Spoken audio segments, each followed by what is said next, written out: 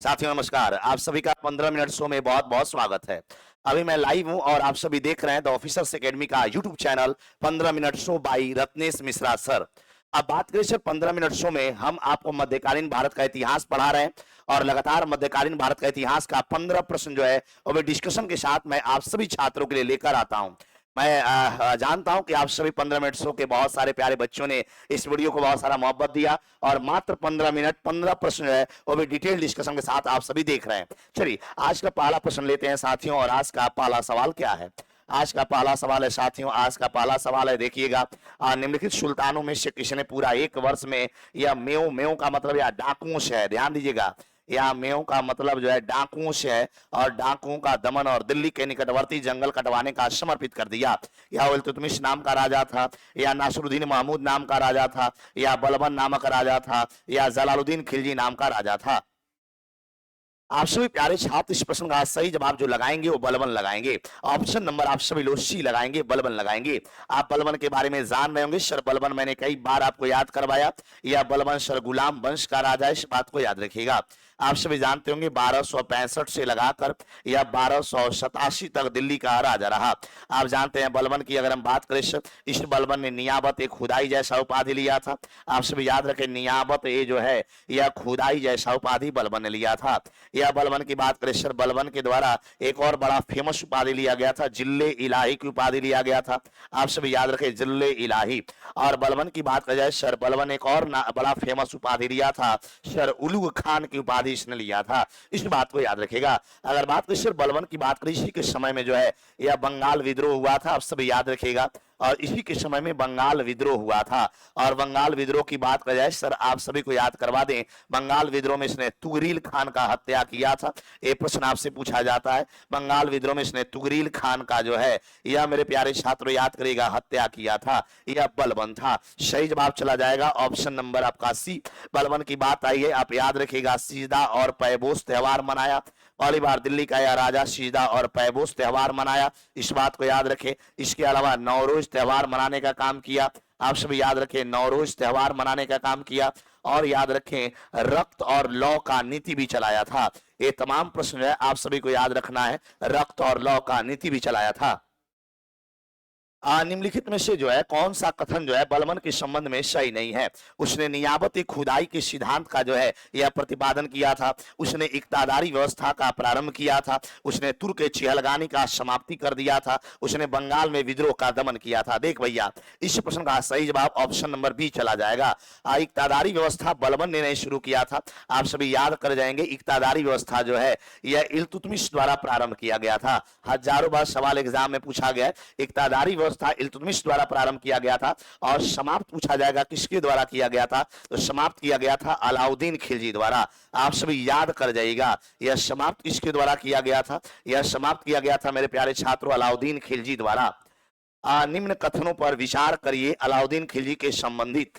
अगर बात करें, उसने कृषि जमीनों की पैमाइश के बाद जो है यह जमीन का माल गुजारी वसूला। उसने लगान को अपने पूरी सल्तनत में लागू किया। उसने प्रांतों के गवर्नरों को अधिकारों को समाप्त किया। देखिए, अगर बात करें सर, 2 नंबर कथन आपका गलत है। आपका सही जवाब हो जाएगा 1 और 3। आप सभी याद रखिएगा, लगान को अपने पूरी सल्तनत में लागू इसने नहीं किया था। लगान को पूरी सल्तनत में लागू करने का काम जो किया गया था वह मोहम्मद बिन तुगलक नामक पगला राजा ने किया था। इस बात को याद रखिएगा। मोहम्मद बिन तुगलक ने कृषि के लिए जो है यह कौन सा एक नया विभाग आरंभ किया था। आप सभी जानते होंगे, मोहम्मद बिन तुगलक की बात हो रही है। मोहम्मद बिन तुगलक ने कृषि के लिए कौन सा एक नया विभाग बनाया, या दीवाने रसालत विभाग बनाया, आप सभी याद रखेंगे, या दीवाने अशरफ विभाग बनाया, या दीवाने अमीर कोही विभाग बनाया, या दीवाने मुस्तखराज विभाग बनाया। आप सभी बच्चों का राइट आंसर जो जाना चाहिए वह राइट आंसर जाना चाहिए दीवाने अमीर कोही जो है यह कृषि विभाग था। अब मोहम्मद बिन तुगलक आप जान चुके हैं सर कौन से वंश का राजा है, आप सभी याद रखेंगे, यह तुगलक वंश का राजा है। इसमें कोई संदेह नहीं होना चाहिए, यह मोहम्मद बिन तुगलक तुगलक वंश का राजा है। आप जानते होंगे कई बार एग्जाम में सवाल यहाँ से उठाया गया, इस बंदा का वास्तविक नाम क्या है सर। इस बंदा का वास्तविक नाम जो है यह जूना खां या जौना खां है। कई बार पूछा गया, यह जूना खान के नाम से प्रसिद्ध है। अगर आपसे क्वेश्चन उठा दे इस बंदा का शासन काल बताइएगा, आप सभी प्यारे छात्र याद रखिएगा 1325 से लगाकर जो है यह 1351 जो है मोहम्मद बिन तुगलक का शासन काल रहा। आप सभी को बता दें इसी के समय में जो एक यात्री आया था, जो यात्री बड़ा फेमस था और उस यात्री का नाम था इब्न बतूता। यही मोहम्मद बिन तुगलक के शासनकाल के दौरान जो है यह मोरक्को से एक बंदा आया था, जिस बंदा का नाम था इब्न बतूता। आप जानते होंगे मोहम्मद बिन तुगलक के समय में जो है यह भारत में दो नए राज्यों का गठन हुआ था। एक विजयनगर साम्राज्य का उदय हुआ था, आपको याद रखना है, एक विजयनगर साम्राज्य का उदय हुआ था और एक मेरे प्यारे छात्रों याद रखिएगा बहमनी साम्राज्य का उदय हुआ था। इसी मोहम्मद बिन तुगलक के समय में जो है एक विजयनगर साम्राज्य का उदय हुआ था और एक साम्राज्य का उदय जो हुआ था यह बहमनी साम्राज्य का उदय हुआ था। आपसे कई बार सवाल पूछा गया है, इस बात को याद रखिएगा। इब्न बतूता जो कि प्रसिद्ध अरब विद्वान था, यात्री था, किसके शासनकाल में भारत आया? अभी बात हुआ है गयासुद्दीन तुगलक के समय में भारत आया, हुमायूं के समय में भारत आया, मोहम्मद बिन तुगलक के समय में भारत आया या शेर शाह सूरी के समय में भारत आया? आप सभी कमेंट बॉक्स में राइट आंसर लगा रहे हैं, सही जवाब चला जाएगा यह मोहम्मद बिन तुगलक के समय में भारत आया। अब आप जानते हैं इब्न बतूता ने एक प्रसिद्ध किताब लिखा है और उस किताब का नाम क्या है? इब्न बतूता का एक प्रसिद्ध किताब जो है उस किताब का नाम है रेहला। कई बार पूछा गया और ये रेहला किताब इब्न बतूता ने लिखा है। यह किस भाषा में लिखा है याद कर जाएंगे, यह किताब इसने अरबी भाषा में लिखा है। अच्छा मेरे प्यारे छात्रों, एक सवाल एग्जाम में और आता है और उस सवाल आता है कि भारत में पहली बार दिल्ली सल्तनत में जो है यह डाक व्यवस्था का पहला वर्णन किसने दिया था? एक बार एग्जाम में भी सवाल आता है दिल्ली सल्तनत में जो है यह डाक व्यवस्था का जो है यह डाक व्यवस्था का विस्तृत वर्णन किसने किया है? अगर एक क्वेश्चन आपसे एग्जाम में सवाल में पूछ दे, अगर एक प्रश्न आपसे परीक्षा में पूछ दे कि दिल्ली सल्तनत में डाक व्यवस्था का विस्तृत वर्णन किसने किया है, यह किया है इब्न बतूता। आप सभी याद रखिएगा यह किसने किया है? इब्न बतूता ने। और यह भारत कब आया था? यह आदमी भारत कब आया था? यह आदमी भारत कब आया? अगर एग्जाम में सवाल आ जाए, यह आदमी भारत आया 1333 में आया था, इस बात को याद रखें। और किसके समय में आया था? यह मोहम्मद बिन तुगलक के समय में आया था। दिल्ली के किस सूफी संत ने यह लाइन बोला था, यह दिल्ली अभी दूर है? आप सभी को जवाब देना है। यह निजामुद्दीन औलिया का लाइन था, या शेख सलीम चिश्ती का लाइन था, या बख्तियार काकी का लाइन था, या मोहम्मद गौस का लाइन था? आप सभी याद करिएगा वह बंदा जिसका नाम था, आप सभी याद करिएगा, सही जवाब आ रहा है।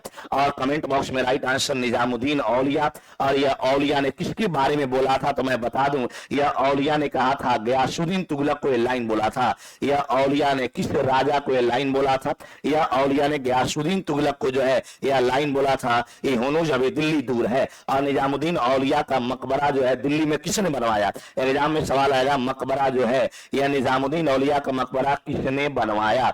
आप सभी याद रखिएगा निजामुद्दीन औलिया का मकबरा दिल्ली में जो है यह मोहम्मद बिन तुगलक नामक राजा ने बनाया, जिसको एमबीटी भी कहा जाता है, एमबीटी के नाम से जानते हैं।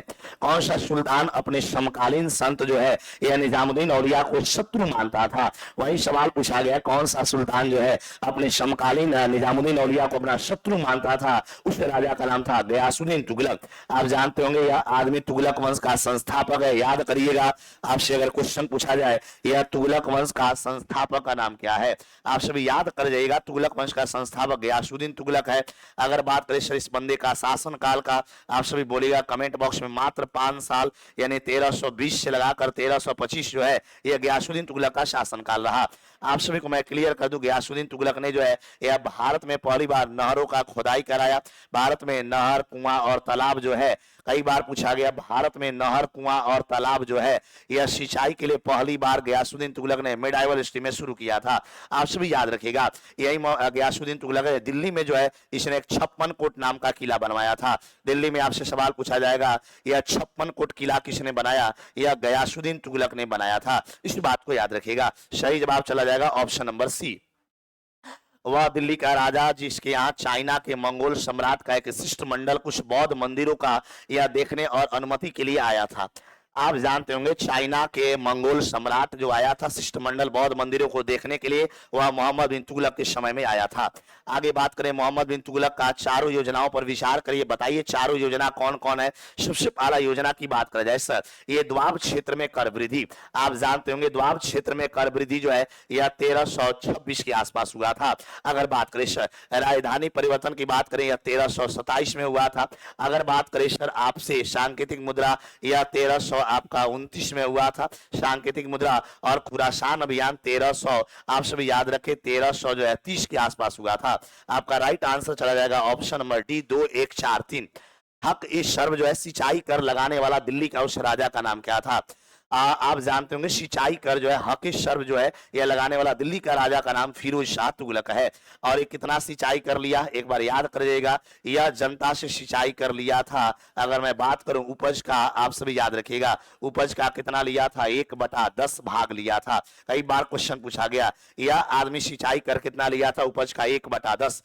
दिल्ली का कौन सा सुल्तान अशोक स्तंभ को दिल्ली लाया था? अशोक स्तंभ को जो है दिल्ली लाने का काम जो है हमारे फिरोज शाह तुगलक ने किया था।